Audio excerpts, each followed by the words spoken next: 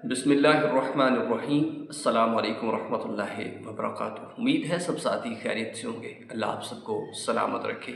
तो आज की वीडियो है सदक़े फ़ितर के हवाले से कि सदक़े फ़ितर जल्दी से अदा कर दीजिए। सदक़े फ़ितर वाजिब है और इसका देना अदा करना आपके लिए बहुत ज़रूरी है।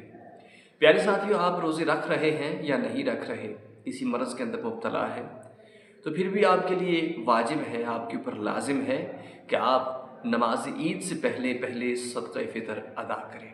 अगर आप नहीं अदा करते तो आप गुनहगार हैं।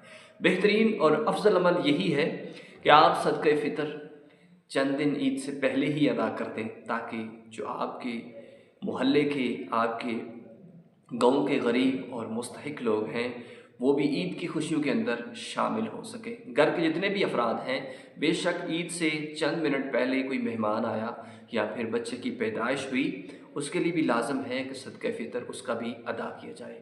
सदक़े फ़ितर की कम से कम मिक़दार कितनी होनी चाहिए? तो दोस्तान मोहतरम, सदक़े फ़ितर की जो मिक़दार मुकर्रर की है उलमा इकराम ने 240, कम से कम 240 के हिसाब से है। या 2.25 किलो गंदम आप दे सकते हैं, या फिर 240 पैसों के हिसाब से देना है तो फिर आप 240 के हिसाब से फ़ीकस 240 इस हिसाब से आप सदक़े फ़ितर ज़रूर अदा करें।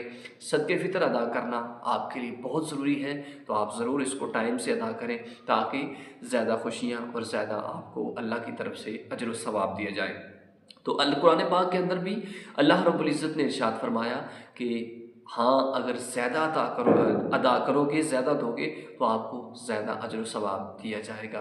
कम से कम मिक़दार जो है गंदम के हिसाब से 240 है। अगर आप जौ के हिसाब से देते हैं तो फिर 550 कर लें। अगर आप किशमिश के हिसाब से देते हैं तो फिर इसका तकरीबन 1800 कर लें। अगर आप खजूर के हिसाब से देते हैं तो फिर आप इसका यानी कि 6000 तक अदा करें। अल्लाह रब्बुल इज़्ज़त आप सबको आबाद शाद रखे। ज़रूर वीडियो को शेयर भी कर दें तमाम अहबाब तक। जज़ाकल्लाह।